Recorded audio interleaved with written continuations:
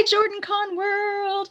This is your fantastic fantasy director, Tiffany Franklin, and her legs. Her legs. Well, in my picture, that's you. Oh. And your science fiction director, and con curmudgeon, Sean. With his black shirt. Well, actually, I have a Yoda shirt on today. It's not Friday. It's not Friday. All right. So, spoiler, it's not Friday. And we have brought along with us today one of JordanCon's favorites, the one we try to make do just about everything we possibly can in the span of 3 days. And then we've extended that for like 8 months before the con now with the anthology. Yeah. So this is John Hartness, just in case you did not know. And if you didn't, what the hell's wrong with you people? Yeah, where have you been? If this is your first JordanCon, that's John Hartness, and you're going to hear him a lot. He's really good at dropping F-bombs. I'm kind of inescapable, mostly because I'm so fat I have my own gravitational field. So getting away from me is kind of like escaping Jupiter. Okay. Well, I'm going to let you introduce yourself Sure. so that you can put what you feel is the most important part forward. I'm John Hartness. I am the founder and publisher of Falstaff Books, an independent press based out of Charlotte, North Carolina, and we are happy to publish a large chunk of the JordanCon author guest list. Frankly, a large chunk of pretty much every convention's guest list in the Southeast, because I've been on the con circuit for better than 10 years now, and I know a lot of people. I'm also the author of multiple series. I write the Black Knight Chronicles, the Bubba the Monster Hunter series, and the Quincy Harker Demon Hunter series. So anything urban fantasy, ranging from comedy horror all the way to dark profanity-filled urban fantasy. Which you know makes the fantasy track director a very happy person. Yeah, well, I even brought visual aids. Show off the pretties. This is the hardcover version of Quincy Harker Year One, which if you are going to be at JordanCon in the physical version, you can pick this up in Author's Alley. In paperback too, I guess, if you need that in your life. But, hardcovers make better weapons. And doorstops. That would be the Harker Omnibus, which collects volumes 1 through 3 and is 1,080 pages. Ooh. It's roughly a Sanderson. Roughly. Just don't throw it at anybody. It is the largest book that Ingram's print-on-demand service will create. Oh, wow. I had to adjust the font size downward and redo some of the page breaks so that it would fit within the 1,048 page limit. Look at you, are prolific. Well, the mortgage company wants to get paid once a month, whether I feel like writing a book or not. So, and at this point, I am completely unsuited for employment in the real world, and I can't really find anybody I'm willing to work for anymore. So I'd better make this writing thing work. Yeah, it's kind of too late to turn back now, right? Yeah. All right. Well, we are actually here to talk. Sean's just going to let me do all the talking, aren't you? No, I can talk. We are actually here to talk about Wanda Vision because as we were watching it, all three of us had that same light bulb go off. And when someone, Sean, starts talking about, hey, I would totally do a panel on that, Sean and I both said, yeah, absolutely. So, here we are. That sounds like volunteering to me. Funny enough, you're not the only con runners who had that exact response to that Facebook post, because in our future and in the past, for the nice people who are watching this at home, I will have done a Wanda Vision panel at Atomicon in May. Okay. So, and actually this one comes out before that. All right. Because this is our super secret We Really Miss You In. It is April. So they will be seeing this on the Oh, original con weekend. So well, we there did you it go. first. We You win. guys get it first. And then you can come to Charleston and see if I say the same crap. You know what? I'm tempted. I'm tempted. It's not that far away. Nope. All right. So, what we were drawn to, particularly with WandaVision, aside from awesome graphics and the fantastic Marvel stuff that we're used to, what stood out to us and really struck us first was how they did such a masterful job, first of all, of hiding the villain. And second of all, how they really handled that that growth of grief, you know, from the initial through the pain and all of the phases. So what I wanted to start off with here is to get your thoughts on how well they handled the initial phase, that whole shock of it portion. What are y'all's take? Sean, you go ahead, because you know how hard it is to shut me up if I ever get going. I have True a mute enough. button. I felt like they did a pretty good job with showing the sort of disconnected fantasy world that Wanda kind of wanted. Nothing could, there was nothing from the outside was going to interfere. This is her place where her place where she was going, and the manifestation of such was interesting. And I think what they did really well too is played with time in terms of we were watching half-hour sitcom or 20-minute sitcoms, whatever. But in the real world, they were watching it in real time, and the real world time was different than the in-world time. And I feel like, at least to some degree, it was different. And I felt like that does show the sort of disconnect people go through when they have grief of that nature. Time sort of is either staying still or goes very fast. It's very timey-wimey to pull from another franchise. And I felt like that was very good. I also, the paranoia at times that Wanda experiences, I think was pretty spot on as well. And even though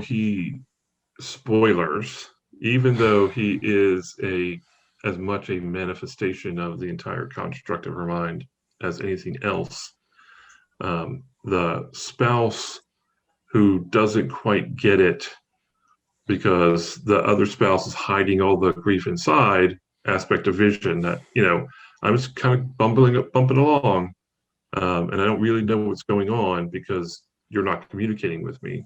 I think that was fairly well done as well. And I like how she was very faithful to him that way too. Mm-hmm. She didn't, in her recreation of him, she didn't make him into a perfect person. Right. He was still questioning everything. Right. So I was very impressed by that part. That was a little foresight or not thinking about it, I guess, from her side. Right. All right, John, what you think? Well, one thing that I found interesting from the jump was that this was I haven't seen Spider-Man Far From Home. So this was the first of the Marvel media that I've seen deal with life after the blip. Mm-hmm. And the episode where Monica Rambeau comes back. Oh, yeah. That sense of disjointed, that sense of feeling alien, and her own grief that she didn't get to process. Because let's look at this loop for just a second. Her mother, who we met in the Captain Marvel movie, her mother had her daughter die, turn to dust. Then she got cancer and died, and then Monica comes back to that. Okay, so I was alive, my mother was alive. Then I was dead and my mother was alive. Now I'm alive and my mother's dead. What? The fact that she didn't go just absolutely batshit nuts is astounding. And I think that, and now continuing with spoilers, now with Falcon and Winter Soldier, we're getting deeper into that post Blip and return world, which makes for a whole lot of interesting things. But yeah, that cocoon that Wanda builds for herself was such a good metaphor for what most people do. You know, I'm this may come as a surprise listening to me, but I'm a Southern boy. Shocking. Yeah. So when someone dies in the South, you kind of can't tell the difference between a family reunion and a family funeral. There's the same amount of green bean casserole. Yep. I hate green bean casserole, just for the record. Right. I can't even see it without thinking about dead people. But like I said, I'm Southern. But your people, in my world, when someone dies, your people come together and build that cocoon around you and create a safe space until you've got enough of your own crap together to go back out in the world. Wanda doesn't have anyone. She has no one. Her husband is dead. Her brother is dead. Her parents, her country is dead. You know, even she can't even like call Aunt Edna. Yeah. Because Aunt Edna fell all out of the sky in a building, for God's sake. Yeah. So all of those things that we rely on a community to help us process, she had to do on her own. And she sucked at it, by the way. Very badly. Yeah. Now, here's a question for you. You said earlier about what a good job they did of hiding the villain. Who's the villain? See, I love that conversation too. But you don't even, what I loved about it is you questioned who's the villain the entire time. And even at the end of it, We're still honestly questioning. Here is like what I loved at the end, just to hammer on that before we get too far away and I forget because I'm a mom and that happens. I love how at the end, everybody's a villain. Everybody is. Yeah. And you know, when Wanda walks back through town on her way out, everybody's looking at her like she's Satan walking on the planet. And she's looking around like, she didn't realize she was hurting them, first of all. And then the guilt when she realized she was pushed her to that whole, okay, I will give up everything that I've created here because y'all don't deserve this. And you can still be a good person. And I think this is the hard part for Wanda. She has to find the place where she can be a good person and still have made some monumental mistakes. Great. I think that's true. Did I make you speechless? Oh no, I was just letting Sean go ahead because, again, I never shut up.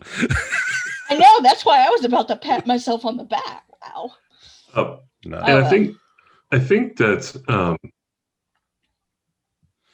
Agatha, spoilers, is a villainous person, but she's an opportunist who saw this happening. And it's like, well, which people will do in the middle of somebody's grief. That is a real, that's something that happens. And inserted herself into Wanda's world, literally into Wanda's world, to take advantage of that.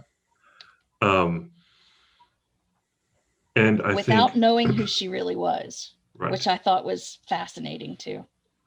The sword guy, again, I don't remember his name now. Poor guy is a villain. That dude who looks like the sheriff from Stranger Things, but it's not him. Right. Yes, that guy. Sword guy, is that what you called him? Yeah, well, that's the name of the organization. He's going to be my hero. Sword guy. That's kind of what I do, right? Right. He is. You can be phaser dude. He's an opportunist as well. I think he probably didn't set out to be a villain, but he also saw an opportunity and took it. Also, he was defending his turf. That's true. He was doing that because he was the boss. And then, oh, wait, Monica's back. Right. You're now number 2. Yeah. Although I have to question what he was doing with Vision to begin with. Well, I mean, they're awful. Well, I know. Yeah. So, like, at what point was what he was doing to Vision when Wanda, rescued him, or stormed the castle? Was that enough to consider him a villain to begin with? And was he doing it on his own, or was it? That's a good question. I think that if Tony were still alive at that point, I'm not sure, but he would have tinkered with the Vision as well. I don't think that Sword. Yeah. So Sword having the Vision and taking him apart to see how it worked, I don't think necessarily made them any more villainous or inappropriate than others have been. But were they trying to see how it worked, or were they trying to harness information? Or were they a government agency trying to dismantle one of the greatest weapons ever created by one of the greatest villains in history? Because Ultron made Vision. Yep. That's right. So, and then they turn around and make another Vision too. So, I mean, they were successful. Yeah, kind of. But just like Skynet, you made your computer too smart, and now you can't control it. Right. Yep. I have a freaking Echo Dot sitting on my shelf back there, and I'm very careful not to use the A word in earshot, because then my computer will start talking to me, and nobody wants that. It's creepy. Guess what my daughter's name is? Oh, good Lord. Guess what I don't have in my house. Well, you can change the settings so that you can change the settings to be Star Trek-y and have it fire up on computer. Oh, that's cool. Yeah. Still no. I didn't for a long time, but it's real convenient. Because I don't leave the house all that often, so being able to ask the box, what's the weather? Yeah. I But can see that. yeah, I think everybody's a villain. It's like that Reddit forum, am I the asshole? Sometimes the answer is everyone sucks here. Yeah. Everyone sucks here. Everyone sucks here. And people suck.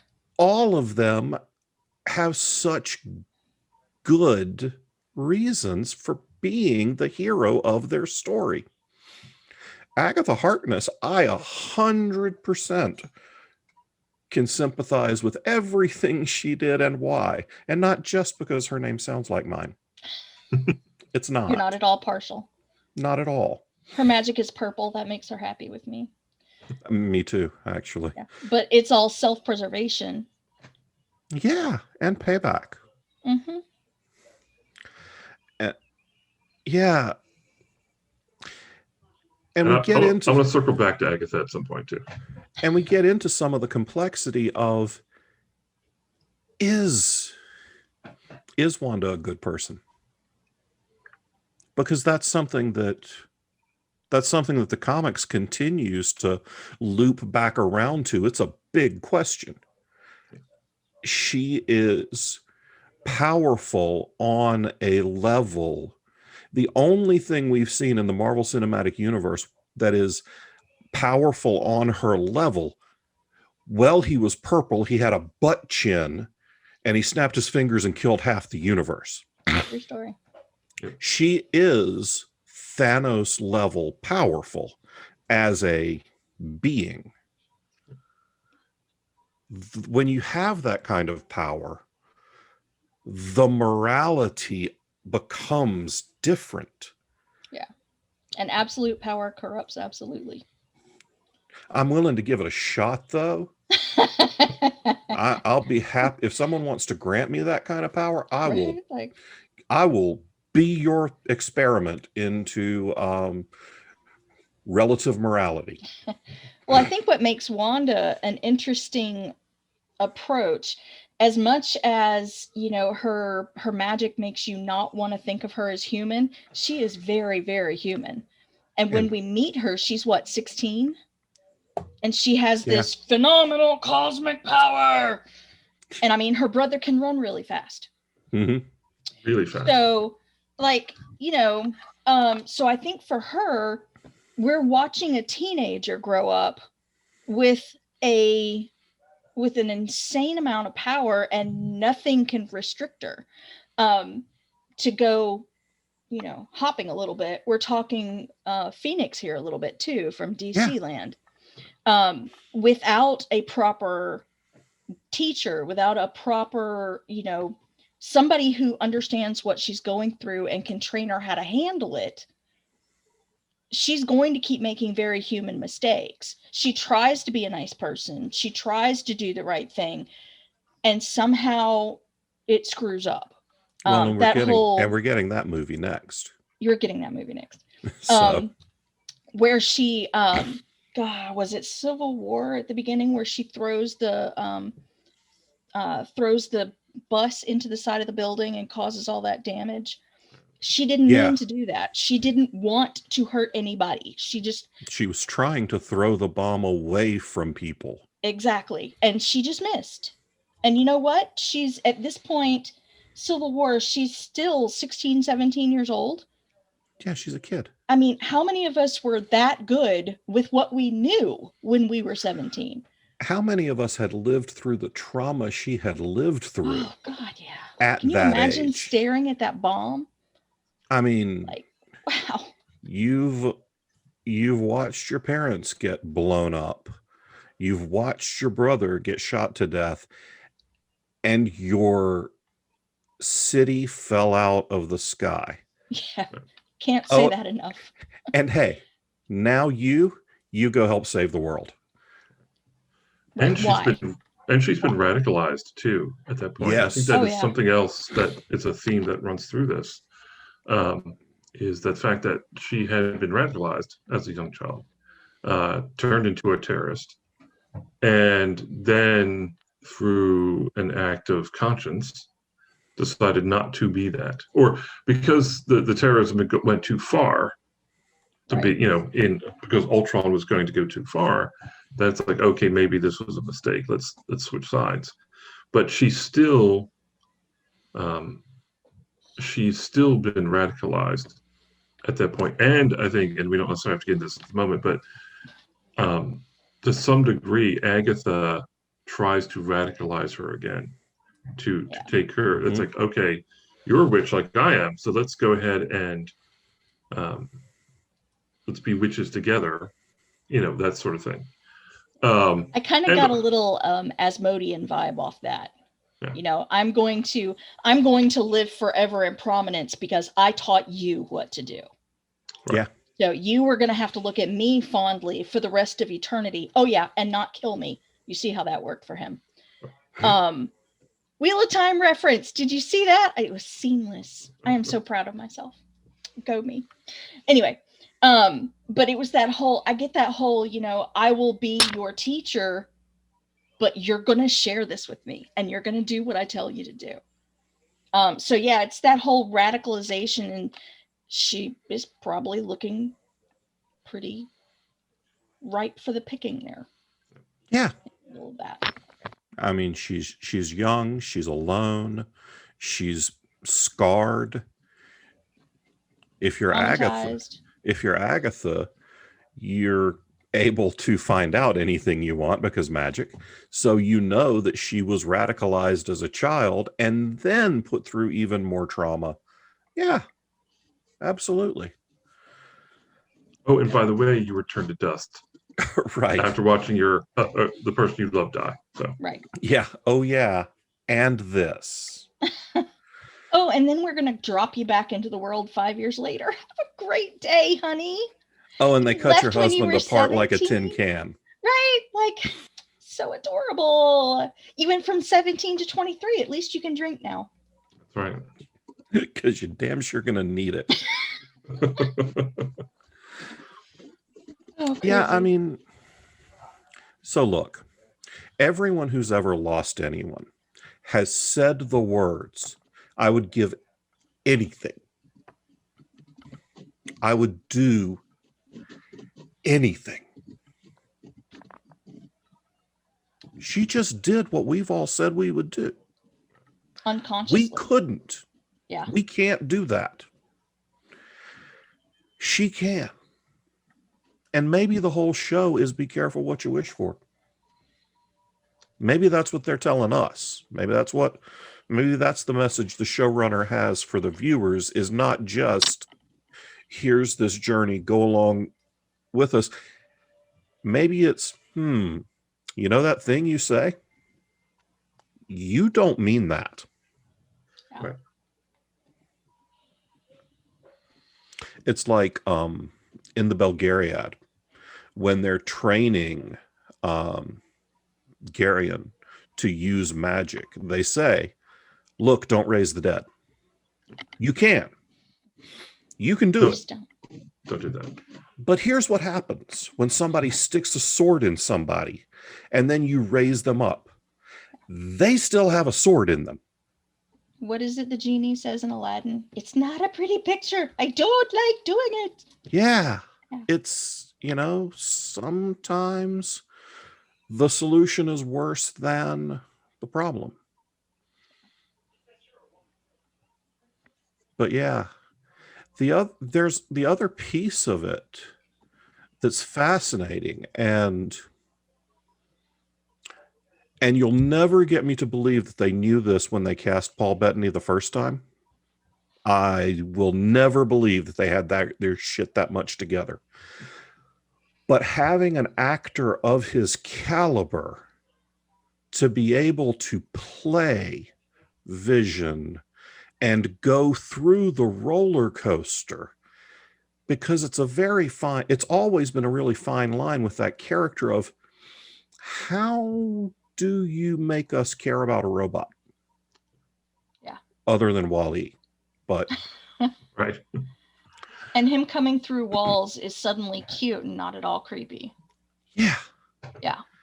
And the man, he has no expressions for a big chunk of the show because he's painted baboon ass red. Yeah. So his voice acting and his skill is so good.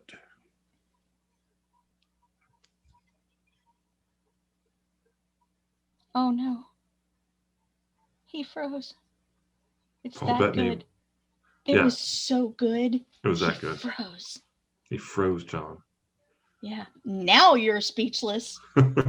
No, I was just waiting for your picture to start moving again. Uh-huh. Well, Because for us, yours yours was the one that was not moving. Oh, and here's a news flash. I just got the little bleep that says your internet connection is unstable. Thanks, No Internet. shit, Sherlock. That's not all that's unstable over there. I can't be the only person who watched all of the MCU movies and went through both Infinity War and Endgame, wanting Robert Downey Jr. to look at Benedict Cumberbatch at some point and say, yeah, no shit, Sherlock. No, Right. I wanted it so bad. Yeah, I mean, I wanted it so bad.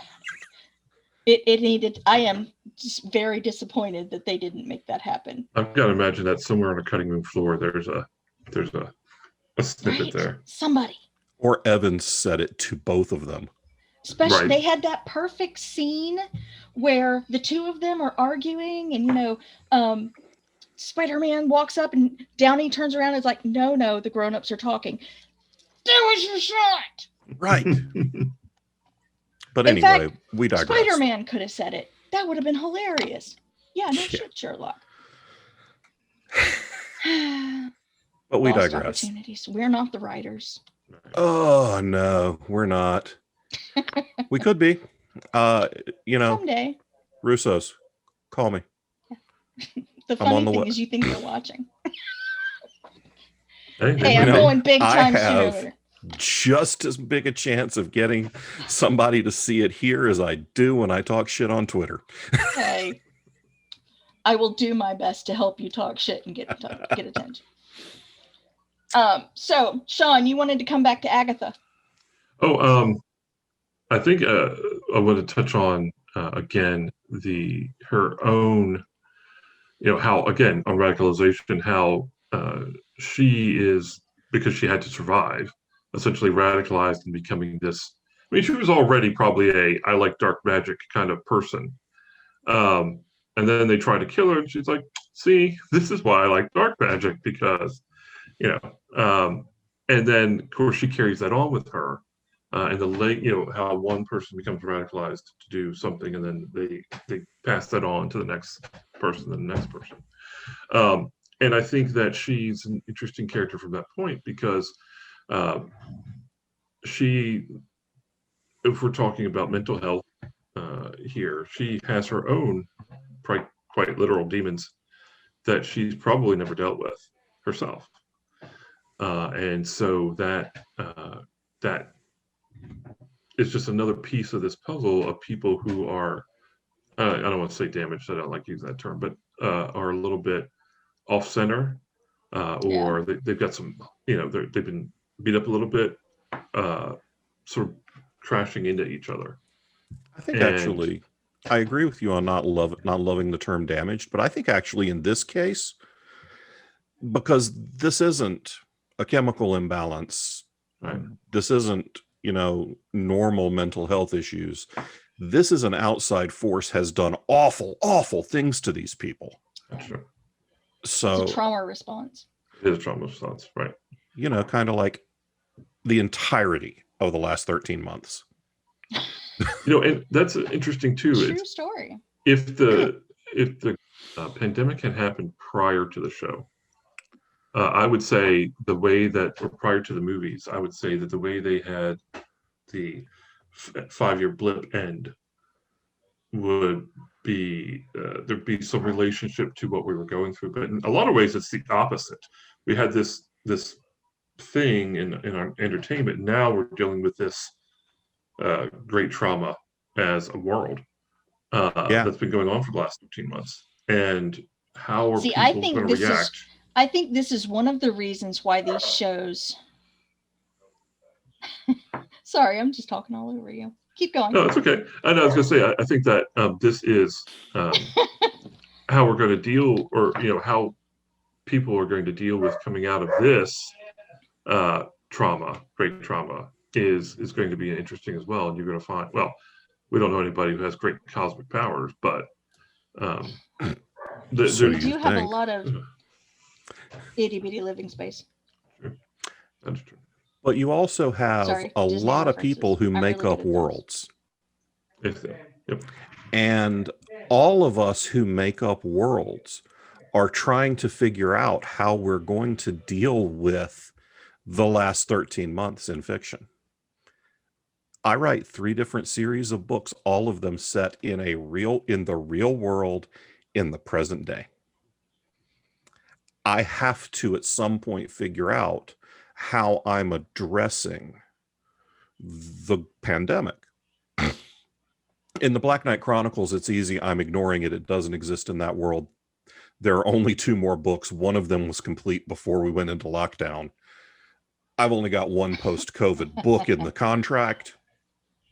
Doesn't exist in that world. But Bubba and Harker are ongoing series, and I'm eventually going to have to figure out, how does that work in their world?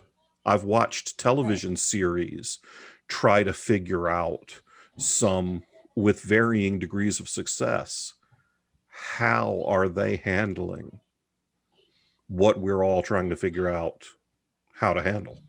Right. See, I think what makes these shows, WandaVision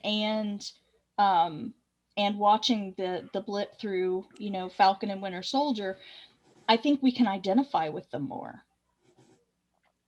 Because, we have, with everybody getting their vaccinations and, the end is nigh, which isn't really an end, but that's a totally different conversation, and I'm not a scientist. So that's why I'm the fantasy track director. When I don't have an answer, I can make it up. So, but I think we can also identify with, we've all lost jobs because of this. We've seen people lose jobs. We've seen people, not being able to pay bills and not being able to take care of kids. And, and it's because of that whole, I wasn't able to be where my employer needed me to be for, whatever reason. And so, we're kind of, maybe this is the Russos putting it out there. It's like, well, this is what could happen. Everybody could come back and just push everybody else back out. Or, the people that came back are now like, okay, hi. Right. We got this life over here now. Yeah.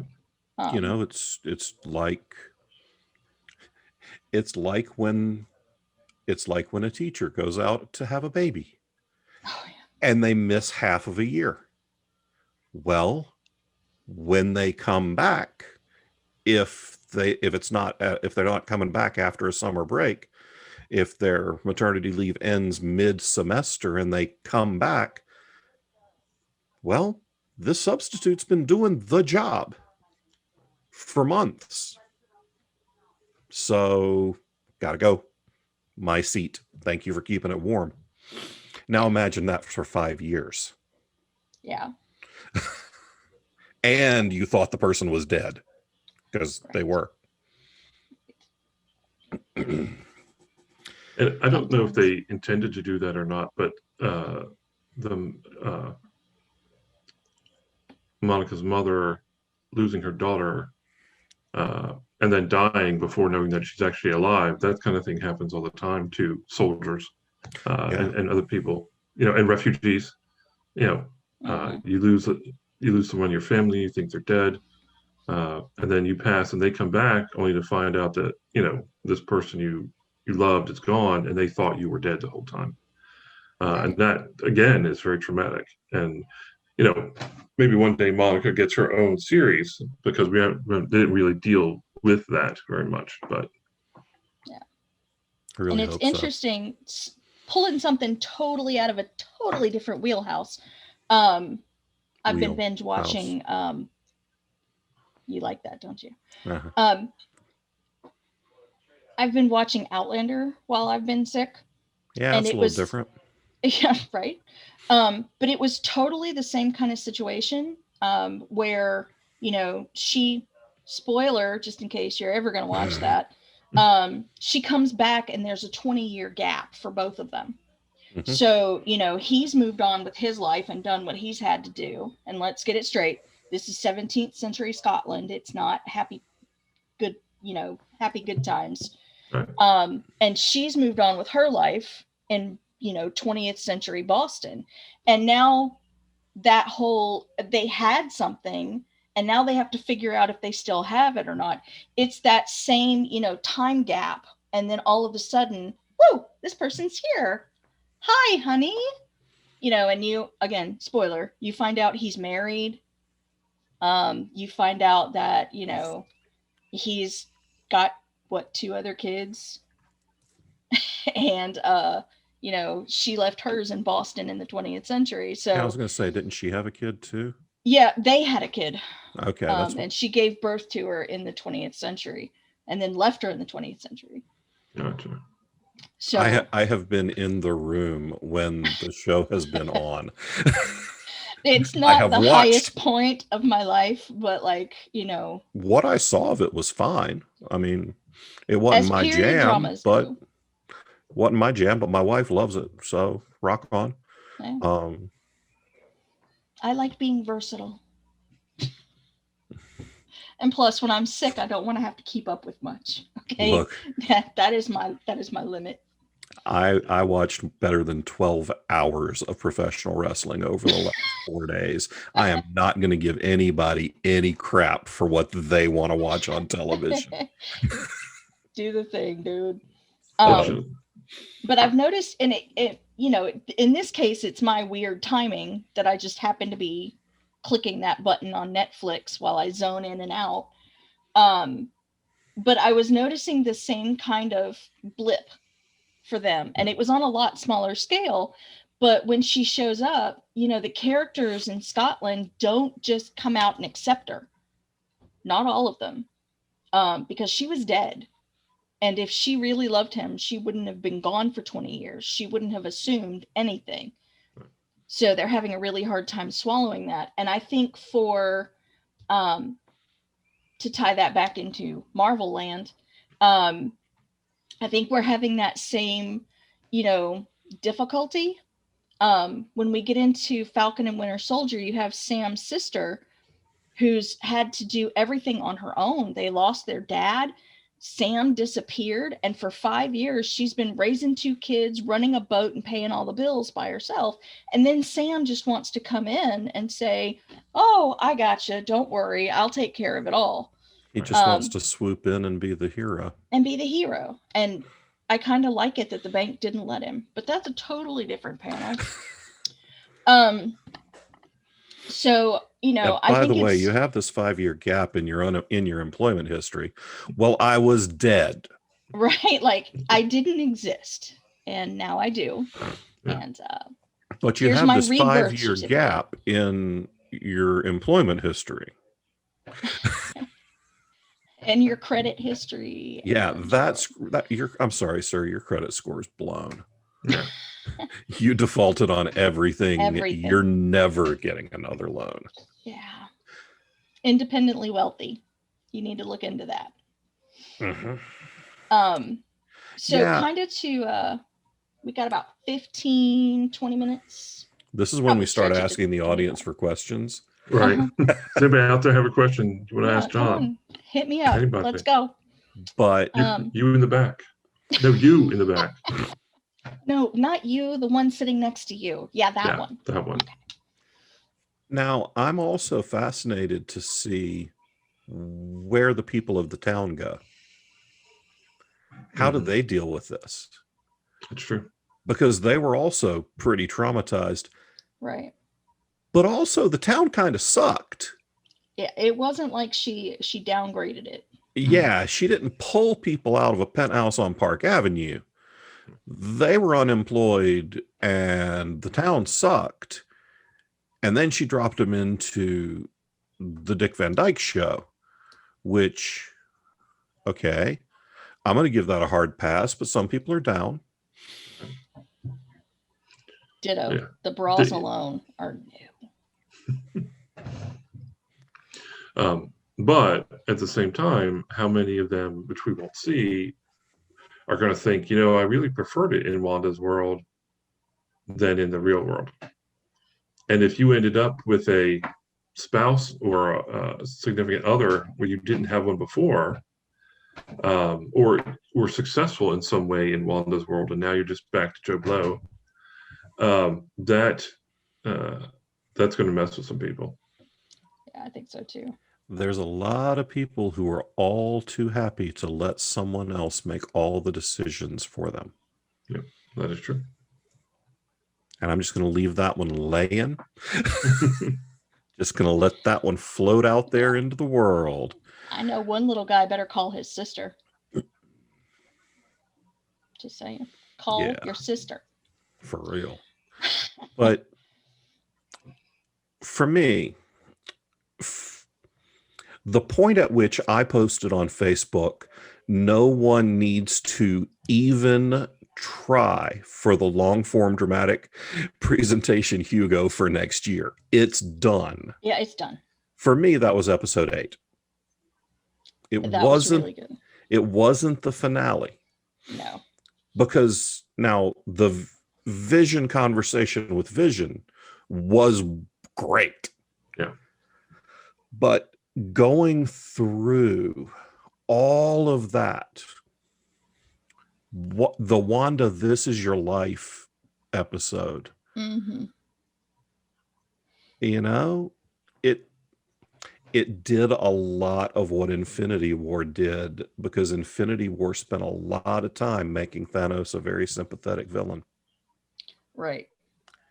Because it would have been very easy to write this whole thing so that Wanda was bad and make Monica Rambeau come in and be Photon and save the day. But that's the easy one. Yeah.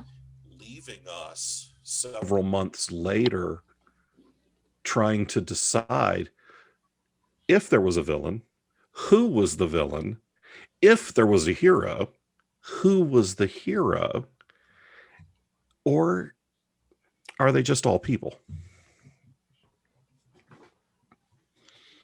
I have to tell you, my favorite part of this whole, new Marvel thing that Disney has done.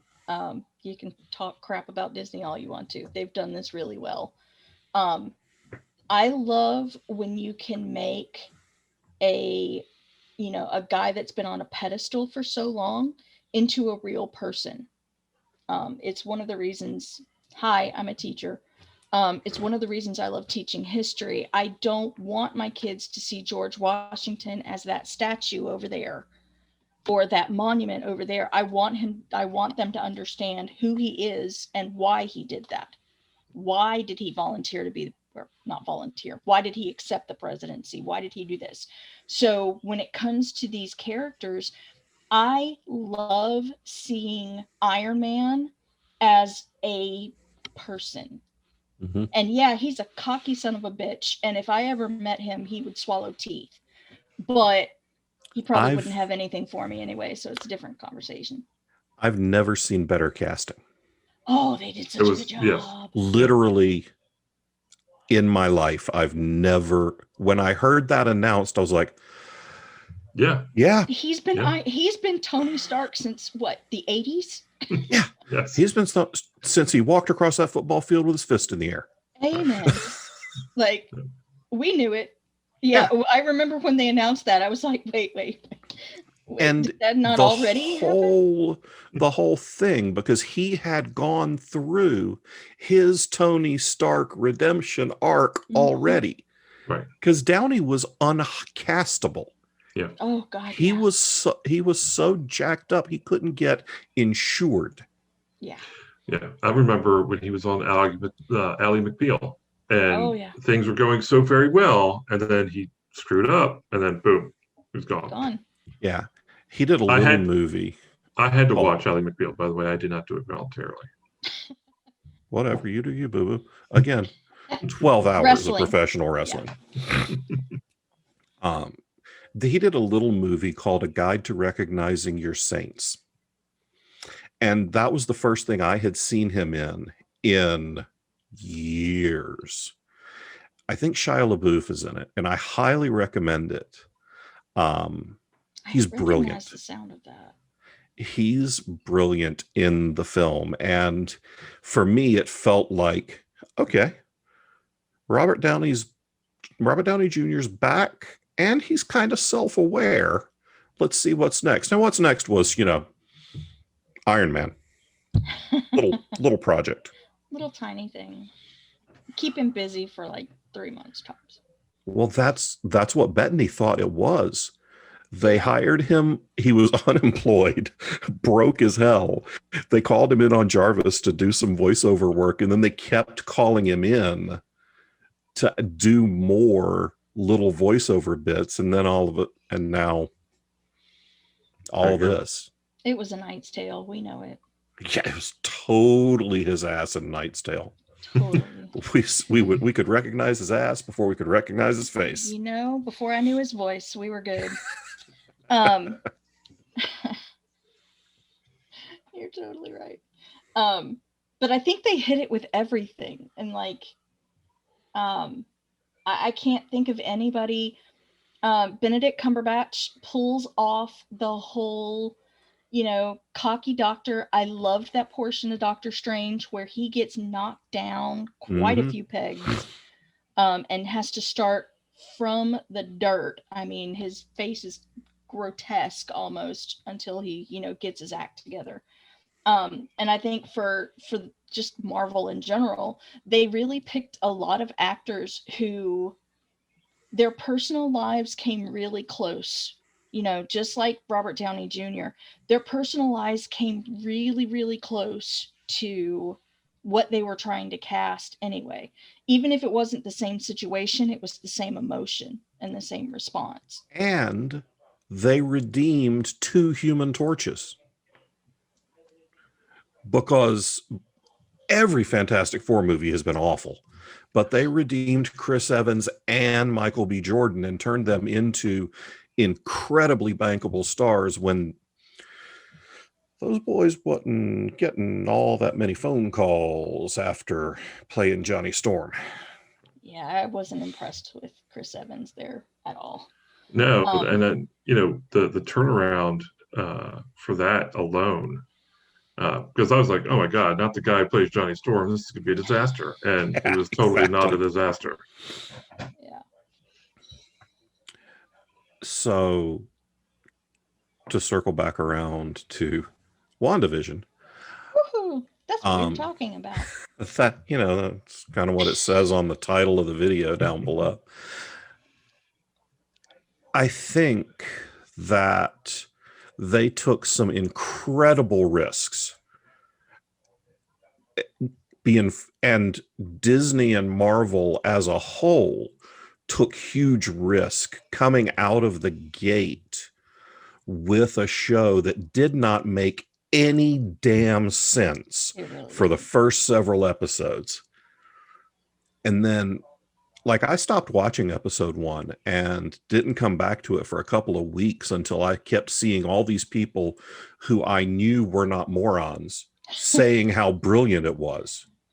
I think episode 4 was out, and I sat down and watched 1 through 4, and I was like, okay, all right, I'm in. I think it was Gerald Coleman was talking about how good it was. I was like, all right, Gerald's pretty picky. Yeah. So. And vocally picky. Yeah. Gerald is smart people. Yeah. So I was like, all right, well, I'll give it a shot. We like him and his taste in whiskey. Yes. No brown liquor. Well, then you're not invited. Makes me punch things.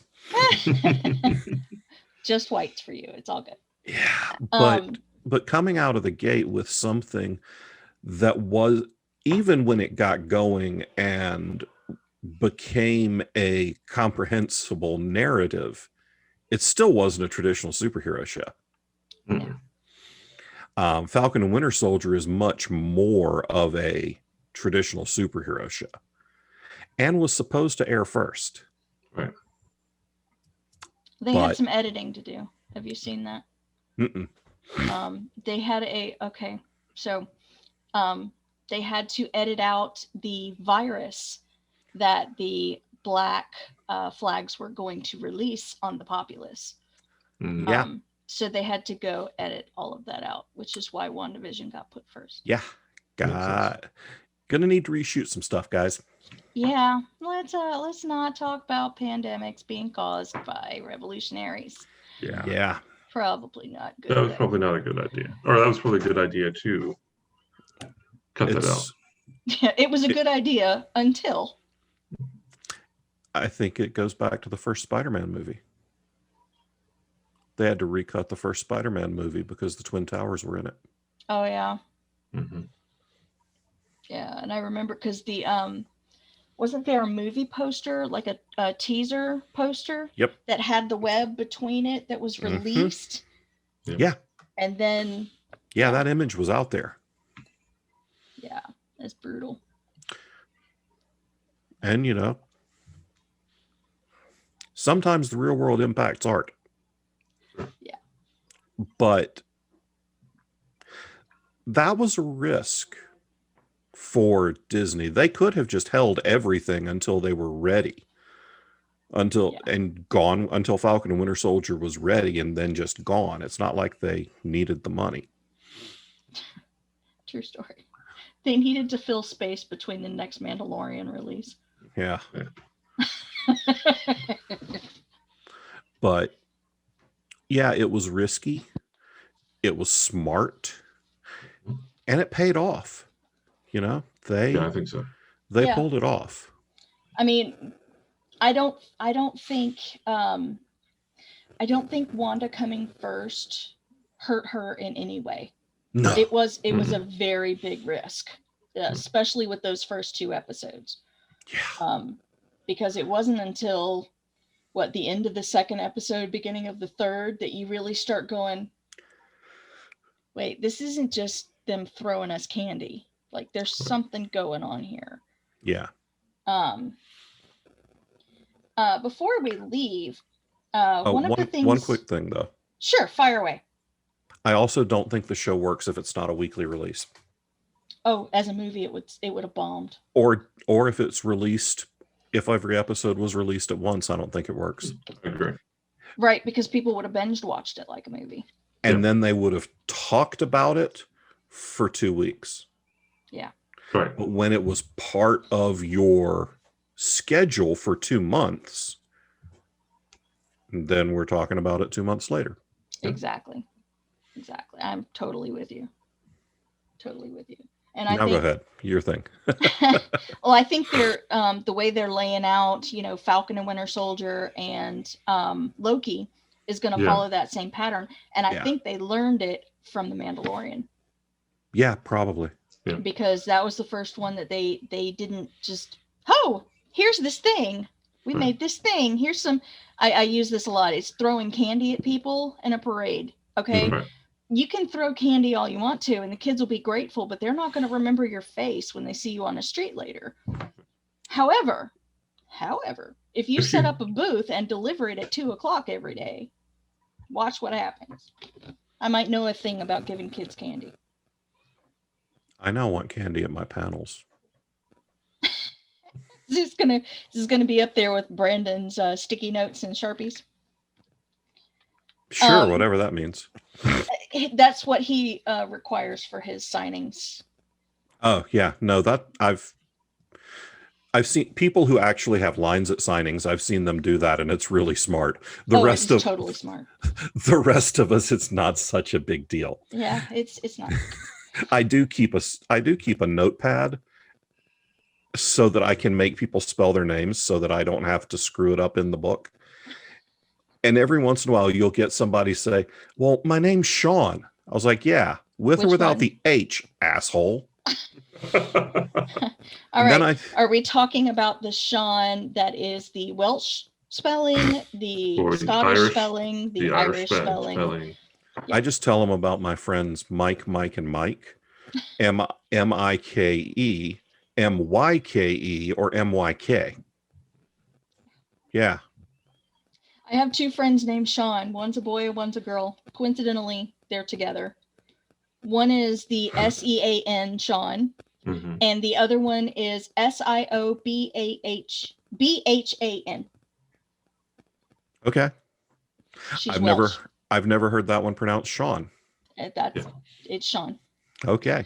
All right. So to kind of wrap us up here and get us all warm and fuzzy so that we can talk John into more Marvel panels, because this was fun. And it got me away from my kids for an hour, which is also a great idea. So one of the things that I loved about Wanda and Wanda Vision is how you can pinpoint the 5 stages of grief with a definite bam, there's that. Bam, there's that. Bam, there's that. So I kind of wanted to get your take and see if y'all got the same points I did. So the 5 stages of grief are, in case anybody watching doesn't know this, because I know y'all do, denial, anger, bargaining, depression, and acceptance. So denial is pretty obvious. I think. Yeah. We have 2 episodes of it. Right.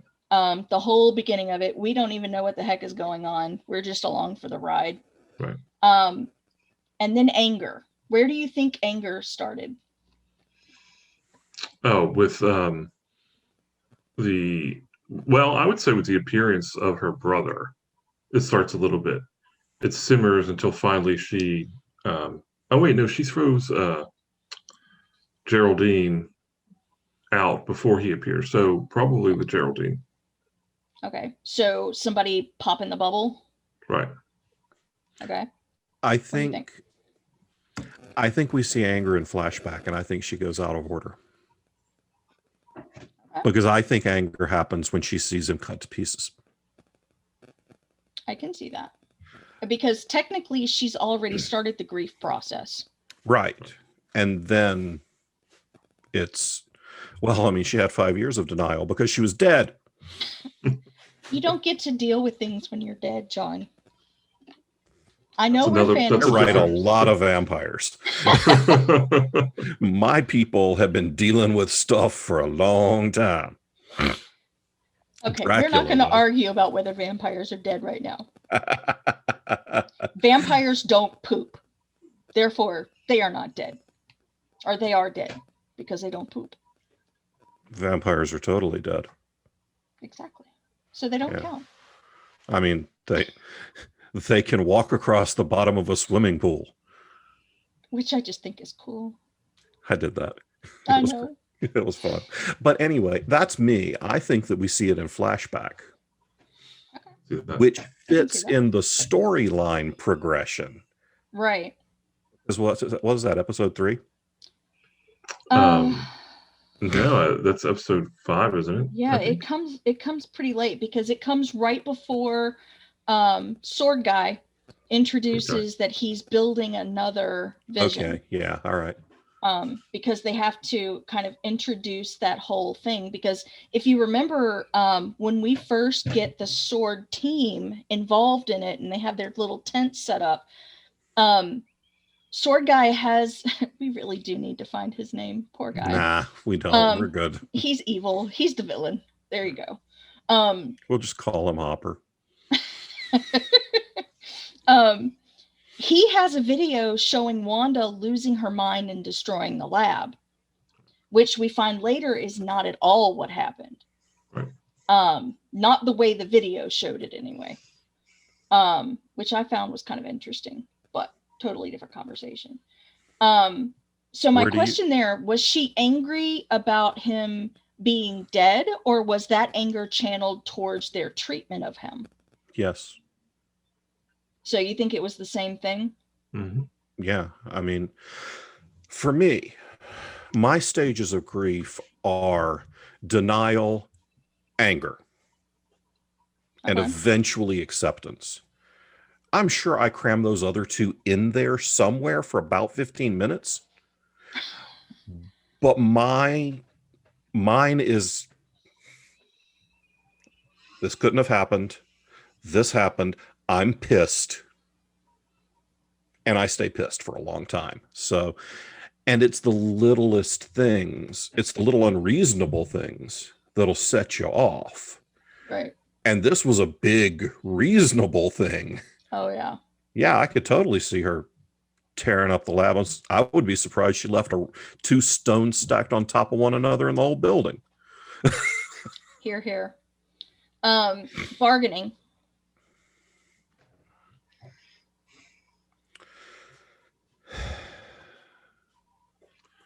Well, I think she literally bargains with Agatha at one point. But I think, too, there's a little bit of that in the episode where Vision is saying, hey, I'm scared. I don't know what's going on. What is going on here? And she's trying to talk him down, really talking herself down. It's going to be okay. Everything, I've got everything in control. And no, you don't. Yes, I do. I've got everything in control. Mm-hmm. Yeah, that whole "this is our home now" thing just made me go. Yeah, Right. and that's the point for me, because it really is that if just work with me here. Right. That's basically what she's saying that whole time is this, or just if you would just do what you're supposed to do, it'll all be fine. Play your role. Right. See, I think it was when she took the probe and threw it back at the sword people on the outside of the barrier. And it's not necessarily bargaining. She didn't, give them any room for a more an discussion back ultimatum. and forth. Exactly. So I think in her case, it wasn't bargaining. It was flat out ultimatum. You leave me alone and I won't kill you. And I'll stop expanding the town. Right. But you're not touching anybody inside it, and you're not sending anybody in either. Yeah. You play nice and I won't make the whole world like this. Right. Because I can. I read those comics. Yes, you did. Yes, you can. I read House of M. Mm-hmm. All right. How about depression? The 90s episode. Yeah. Yeah. The grunge and eating cereal and and staying in your pajamas for a week or for 13 months. I'm wearing jeans right now. We're so proud. Not for y'all, No. because obviously you can't see that, but I had to go to the post office earlier today. But yeah, the 90s episode is 100%. I agree. Yep. Depression. I think that one was kind of obvious. And then acceptance is probably also pretty obvious. The last 5 minutes.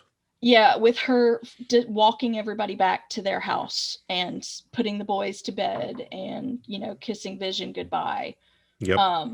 But I think it also worked as, y'all are going to make me cry now while I'm thinking about it. I'm usually not a whiny kid, but this show did it to me. Which is why when you said, hey, this would be cool to talk about, I was like, nothing makes me cry like that did.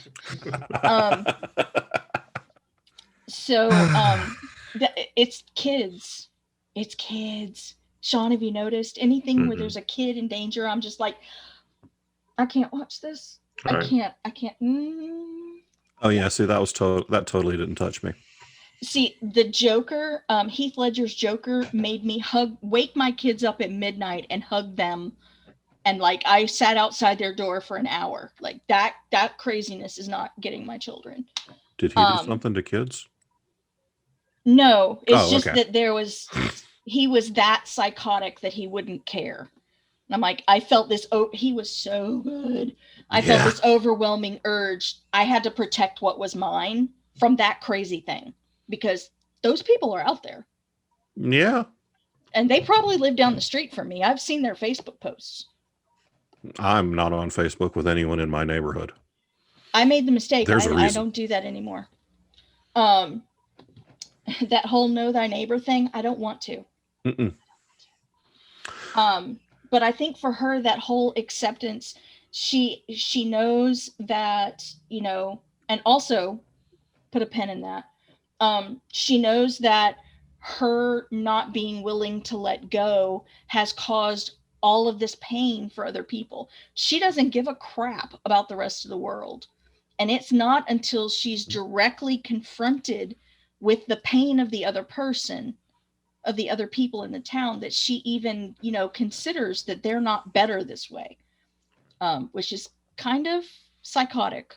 Yeah. It's also a part of the grieving process, because there comes in times of great loss, there comes a time when you're so internalized and you don't. So my brother-in-law died 25 years ago. I'm okay. But he and my sister got married when I was a year old. So he was my brother. My sister could barely speak for most of a week. And then it wasn't until someone told her to stop doing that to her kids that she opened up to how it was affecting someone else that she could see. That was the pen I put in there. What you're doing, Good job reading my mind. what you're doing is awful to these 2,700 people in Guam. Don't care, not in Guam. What you're doing is really hurting this person across the street. Oh, that's real. Especially when that person across the street is the one telling you. Yeah. Like it's different when somebody says, hey, this is hurting the environment. Right. I use this one a lot. This is really damaging the environment, and you shouldn't do this, and you shouldn't do this, and but until you live on an island or you teach on an island, beach erosion really just doesn't click. Yeah. Until somebody has to, spend tens of thousands of dollars buying dirt to build up their house foundation so it doesn't sink into the ocean. So I think it's that whole, being able to look the victim in the eye and say you don't care. And I honestly think that's what makes Wanda a good person, even though she's too young to channel what she's been given. And, that's the whole point of where she's going and what we're getting in Doctor Strange 2 is, okay, let's figure some shit out. Yeah. Especially with that cliffhanger at the end. Right. Yeah. I'm not even going to spoil that one. Y'all knew what I was talking about. So we're going to wrap up here. Is there anything we did miss that y'all want to throw out, discuss? I think it'll be interesting to see what they do with the Vision. Yeah. I think it'll be interesting to see Photon come into her own and what is her issue with Captain Marvel, because you could tell there's sort of an underlying discomfort there. I think she doesn't like to be the sidekick. That could be. Yeah, that could be.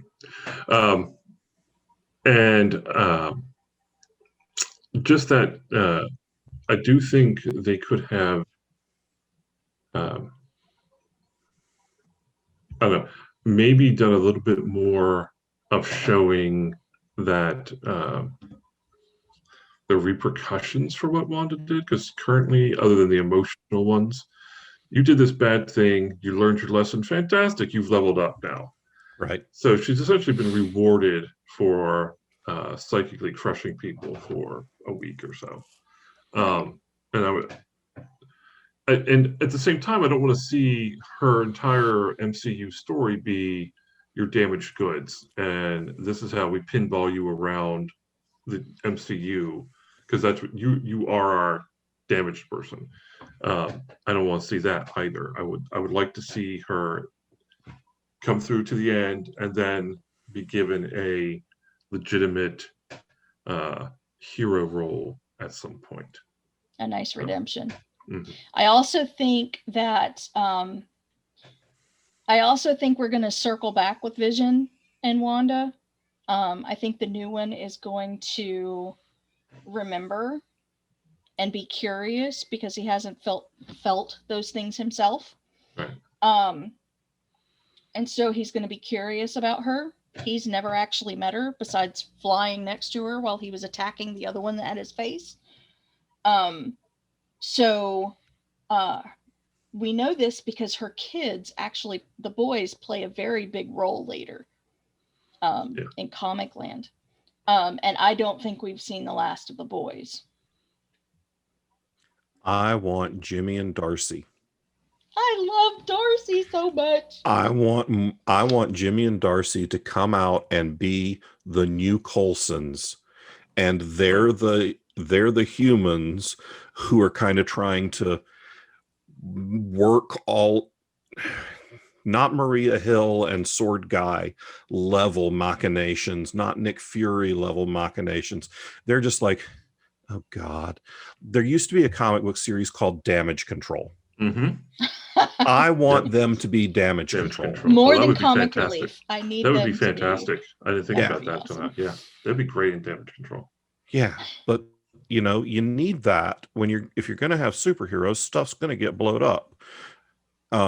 Which is why Zack Snyder should never be allowed to direct superheroes ever, because then, hey, kitty, because My friend's Kitty. I don't even know what this one's name is, but it's very friendly.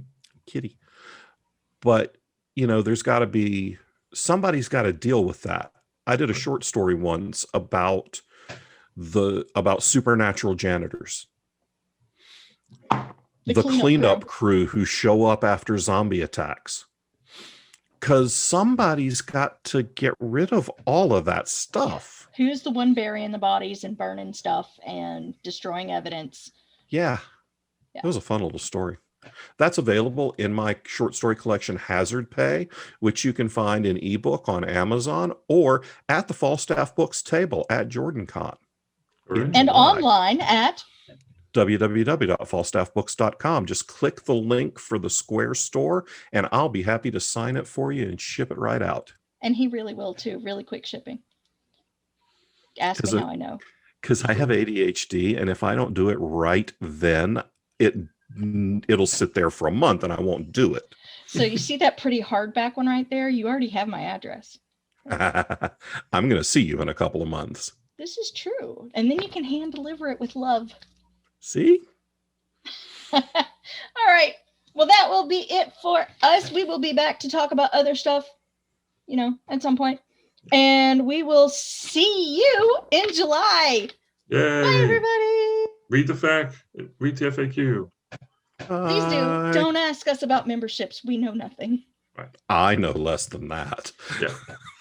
Our badge is black, but that don't mean anything. My soul is black, and that's irrelevant. I'm not touching that. Not even a little. Not even a little. Bye, everybody.